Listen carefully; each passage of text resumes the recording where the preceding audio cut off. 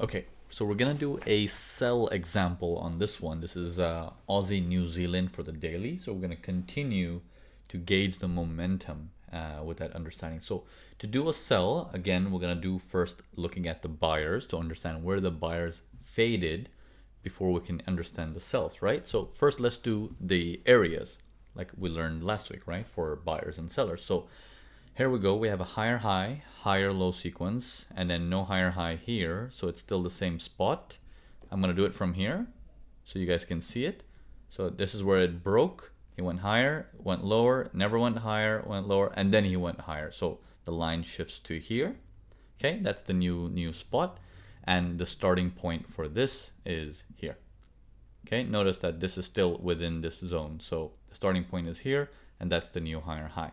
After that, he never made a higher high ever. He just kept going inside that area, right? So once that kept happening again and again and again and again, finally the market comes down crashing here, and we're like, okay, he's still in buyer's area, and then he crashes below. Okay, once he crashes below, we're like, okay, it's still not seller's yet. It's still buyer's territory until he can break this guy, right? Now that he comes down, breaks below, and then he tries to challenge it and he starts going through it, we're like, well, is that a sell? Is that a buy? Is that a buyer's territory? Is that a seller's territory? Well, look at the momentum. Look at the speed of the sellers coming down in this area, right? So this is the turning point of the market. Now, the only thing that's going to confirm it is if we fly right back up. If we fly right back up, that means we're just back into the range. And this low just never happened. It was just a faker. But, so we're watching this carefully, and this is where fading comes useful. Watch this as this comes down to challenge this guy. Watch as the buyers reattempt. So, rubber band man. Here goes the buyer. Boom. Very hard to recent SNR.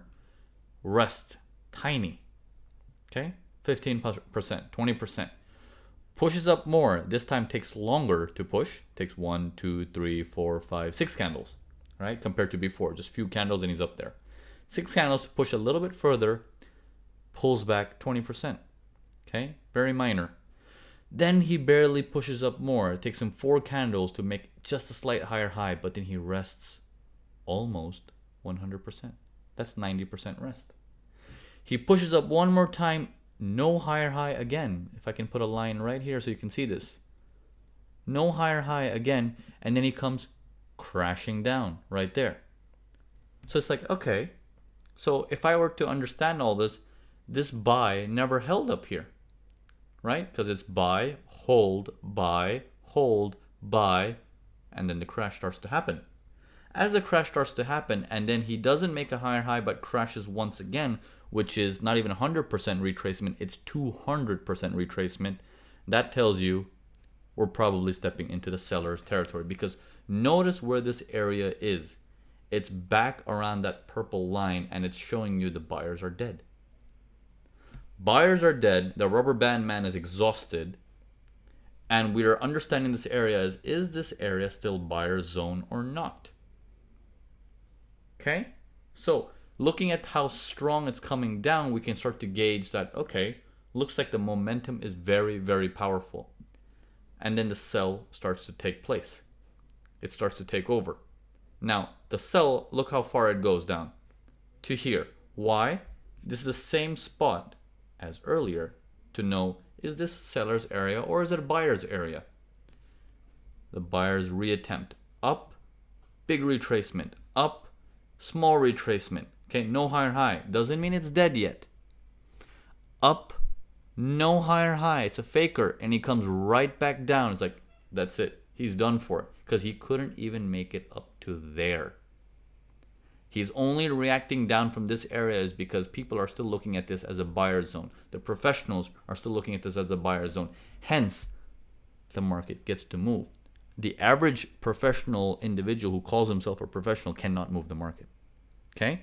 And with all due respect to that guy, let him push. Let him do whatever he can. That's good. You know, the more you try, the more you learn. The more you learn, the more you get better. That's okay. So, but when you see all these statistics of what's going on, you try to understand and get the story right, you start to get an idea that he keeps failing. He keeps failing. The momentum keeps dying out. If it's dying out the second time, notice what's also happening. We're getting lower and lower and lower. We're fighting this thing.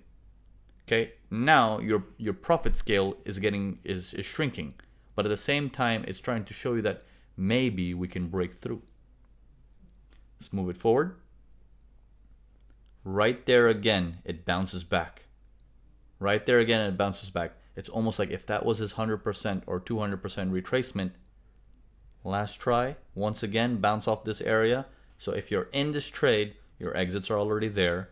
Or if you're doing it with multiple positions, half your positions out, the other positions at break even, blah, blah, blah. The second attempt happens.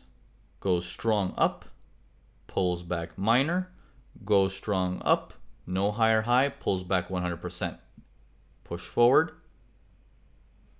holding, and it goes north. So 2 opportunities only in this one. We're looking at an opportunity here. We're looking at an opportunity here. But do you notice when you did this fading aspect, you were able to gauge where you should be getting in, but without having a clear understanding of what you learned last week of this is still buyer's territory, this can be very dangerous to sell against the flow. Okay, so I wanted to throw this oddball at you today to be like, can you react normally when the market gives you something you were not expecting? Okay, so when this happens, I want you to keep close attention. Like, oh yeah, well, I was expecting a sell, but then the buy came in. I mean, I did make some profit out of that, but then when the buy came in, it's like, huh? Why is it going so long? Well, because this guy never gave up his ball. And that's the bigger guy, right? These are just minute fading, minute momentums. But this is the main guy holding the grounds. Okay? So we were concentrating on the sell side, and there is still profit on the sell side. But if you want to make it in a healthy way, you want to be sustainable in Forex, go with the buy side. Go with the buy side. Fade the sellers and go with the buys. Okay? So let's go on to the next example and let's see how well you think of stuff like that.